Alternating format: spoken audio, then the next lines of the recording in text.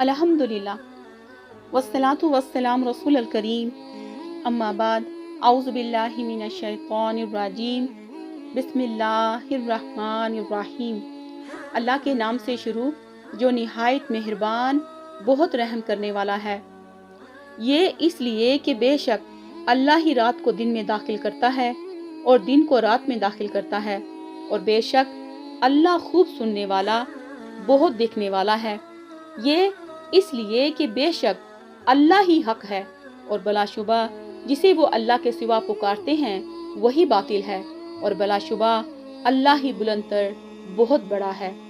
क्या आपने नहीं देखा कि अल्लाह ने आसमान से मुर्दा ज़मीन पर पानी नाज़िल किया, फिर इससे ज़मीन सरसब्ज हो जाती है। बेशक अल्लाह निहायत बारीक बीन बहुत बाखबर है।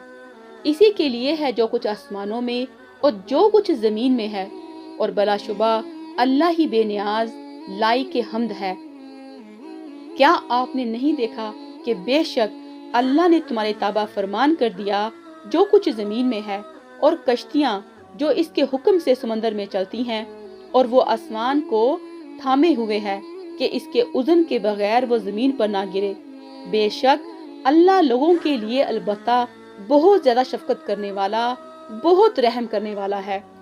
और वही है जिसने तुम्हें जिंदा किया, फिर वो तुम्हें मारेगा, फिर वही तुम्हें जिंदा करेगा। बेशक इंसान बड़ा ही नाशुक्रा है। हर उम्मत के लिए हमने तरीका इबादत मुकर्रर किया है, वो इस पर अमल पैरा हैं, लिहाजा वो इस अमर में आपसे हरगिज झगड़ा ना करें और आप अपने रब की तरफ दावत दें। यकीनन आप राह रास्त पर हैं, और अगर वो आपसे झगड़ा करें तो आप कह दीजिए तुम जो अमल करते हो अल्लाह इसे खूब जानता है। अल्लाह ही यौम क़यामत तुम्हारे माबीन इन बातों का फैसला करेगा जिनमें तुम इख्तलाफ करते थे। क्या आप नहीं जानते कि बेशक अल्लाह ही जानता है जो कुछ आसमान और ज़मीन में है। बलाशुबा ये सब कुछ किताब लोहे महफूज में दर्ज है। बेशक ये अल्लाह पर बिल्कुल आसान है, और वो मुशरिक अल्लाह के सिवा इस चीज़ की इबादत करते हैं जिसकी अल्लाह ने कोई सनद नाज़िल नहीं की और जिसका उन्हें कुछ इल्म नहीं, और इन जालिमों का कोई मददगार नहीं। और जब इन पर हमारी खुली आयतें तलावत की जाती हैं तो आप इन काफरों के चेहरों पर नागवारी पहचानते हैं। लगता है कि वो इन लोगों पर हमला कर देंगे जो इन पर हमारी आयतें पढ़ते हैं। कह दीजिए क्या फिर मैं तुम्हें इससे ज्यादा बदतर की खबर दूं? वो आग है जिसका अल्लाह ने काफरों से वादा कर रखा है, और बुरी है वो लौटने की जगह। ए लोगों, एक मिसाल बयान की जाती है, लिहाजा तुम इसे गौर से सुनो। बेशक जिन्हें तुम अल्लाह के सिवा पुकारते हो वो एक मक्खी भी हरगिज नहीं पैदा कर सकते, अगरचे वो सारे भी इसके लिए जमा हो जाएं, और अगर इनसे मक्खी कुछ छीन ले तो वो इसे इससे छुड़ा नहीं सकते। तालिब मतलूब आब्द मबूद दोनों कमजोर हैं। उन्होंने अल्लाह की कदर इस तरह नहीं की जिस तरह इसकी कदर करने का हक है। बेशक अल्लाह बहुत कुव्वत वाला निहायत गालिब है। अल्लाह फरिश्तों में से कुछ पैगाम रसा चुन लेता है और लोगों में से भी। यकीनन अल्लाह बहुत सुनने वाला खूब देखने वाला है।